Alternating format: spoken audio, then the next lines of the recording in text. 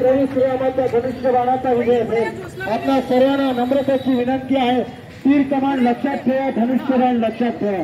येणाऱ्या 20 मे रोजी पवित्र कार्य या वसाहतीमधील समस्त नागरिकांनी येणाऱ्या 20 मे रोजी पवित्र कार्य करायचं आहे।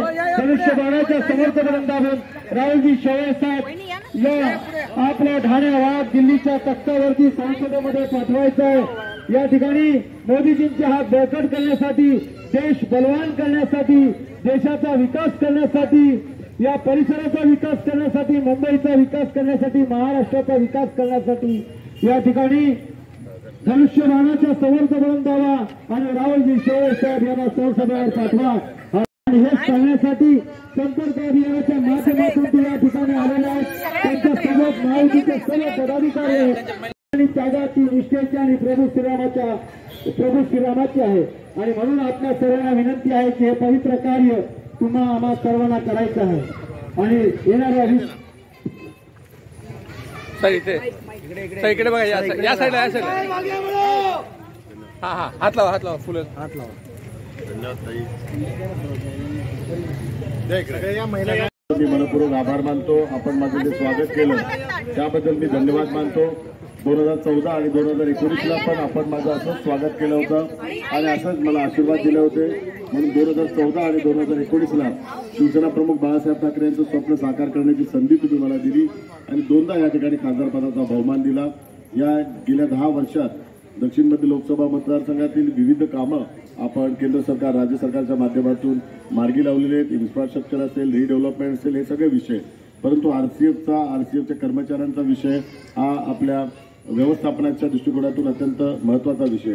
ज्यावेळी 2014ला मी निवडून आलो त्यावेळी आरसीएफचं संपूर्ण व्यवस्थापन आणि आरसीएफची स्थिती थोडी अत्यंत बिकट होती आणि त्यावेळी कर्मचाऱ्यांमध्ये पण एक द्विधा मनस्थिती होती। एक त्यांच्यामध्ये भीतीचं वातावरण पण होतं। काही जणांनी अफवा पण पसरला होता की प्लांट इकडून थळला शिफ्ट करणार त्या संदर्भातला। परंतु वेळोवेळी आपल्या सर्व कर्मचाऱ्यांनी मला त्यावेळी जी माहिती दिली, त्यावेळी स्टँडिंग कमिटी असतील, पार्लमेंटच्या विविध कमिटी आहेत, पार्लमेंटमध्ये आपण तो प्रश्न उपस्थित करून आरसीएफ कशी फायद्यात होऊ शकते याची सगळी माहिती कर्मचाऱ्यांनी मला दिली। त्यामुळे नेहमीच मिनिस्ट्रीकडे आपण फॉलोअप करून मिनिस्ट्रीकडे भांडून ती आरसीएफ कसे फायद्यात येईल त्या दृष्टिकोनातून सर्वतोपरी त्यावेळी प्रयत्न केले।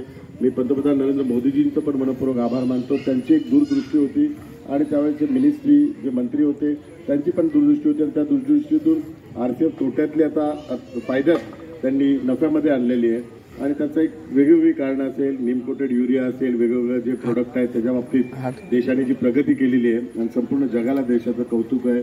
नॅनो युरियाच्या बाबतीत पण जे विविध प्रकल्प आणि जे प्रोडक्ट आपण काढत आहोत देशाच्या प्रगतीत त्याचा मोठा सहभाग आहे। तर आरसीएफचा पण देशाच्या प्रगतीमध्ये ॲग्रिकल्चर पूर्ण ह्याच्यात एक मोठा सहभाग आहे आणि मला नेहमीच आरसीएफचा पूर्ण प्लांट आणि ह्या ठिकाणी आपली कॉलनी दक्षिण मध्य लोकसभा मतदारसंघात आहे याचा नेहमीच मला अभिमान राहिलेला आहे। त्यामुळे नेहमीच कर्मचाऱ्यांच्या पाठीशी उभं राहिलेल्या, कर्मचाऱ्यांच्या ज्या काही समस्या आहेत त्या वेळोवेळी व्यवस्थापनाकडे आपण मांडलेल्या आहेत। आपण मध्यंतरी मंत्री महोदयांना मिळून आपल्या ज्या सगळ्या मागण्या आहेत त्या मागण्या पण त्यांच्यापर्यंत ठेवलेल्या आहेत। सगळ्या मागण्यांसाठी त्यांनी पॉझिटिव्ह रिस्पॉन्स पण दिलेला आहे। म्हणून ह्या 20 मेला या 2024ची निवडणूक आपल्या सर्वांच्या, आपल्या आरसीएफच्या कर्मचाऱ्यांच्या दृष्टिकोनातून पण अत्यंत महत्त्वाची आहे। कारण पंतप्रधान नरेंद्र मोदीजींच्या नेतृत्वाखालीच आपली प्रगती झालेली आहे। पंतप्रधान नरेंद्र मोदीजींच्या दूरदृष्टीपणामुळेच आपला हा सगळा प्लांट नफ्यात आलेला आहे। त्यामुळे पुन्हा एकदा आपल्याला पंतप्रधान नरेंद्र मोदीजींना तिसऱ्यांदा पंतप्रधान बनवायचं आहे आणि त्यात दक्षिण मध्य लोकसभा मतदारसंघाचा पण सहभाग असावा।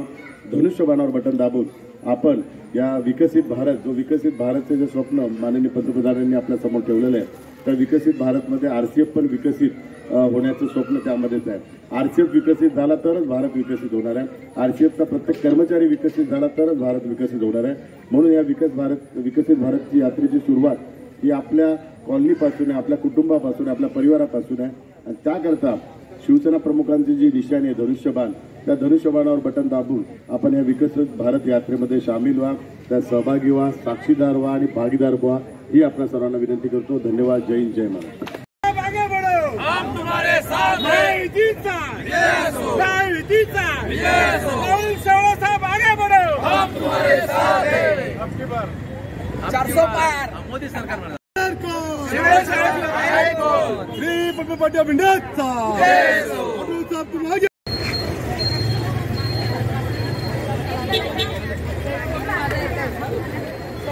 शिवसेना भाजप रासप मंच महायुतीचा साहब आगे बढ़ो, हम तुम्हारे साथ हैं, साहब आगे बढ़ो, हम तुम्हारे साथ हैं। अरे अपने निशाने, धनुष्यबाण, अरे अपने निशाने, धनुष्यबाण,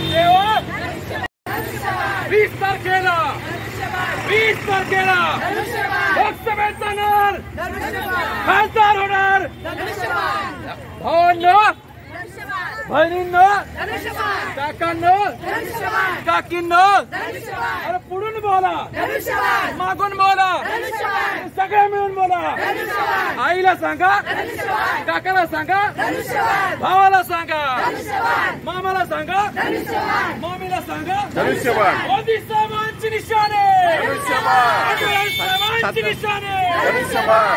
माननीय शरद साहेबांची निशाने. तुम्हारे साथ हैं। राज साहेब आगे बढ़ो, हम तुम्हारे साथ हैं। अजीत दादा आगे बढ़ो, हम तुम्हारे साथ हैं। महायुतीचा विजय हो, महायुतीचा विजय हो। छत्रपती शिवाजी महाराज की जय, जय भवानी, जय शिवाजी. आपली निशाणी धनुष्यबाण, तुमची निशाणी धनुष्यबाण.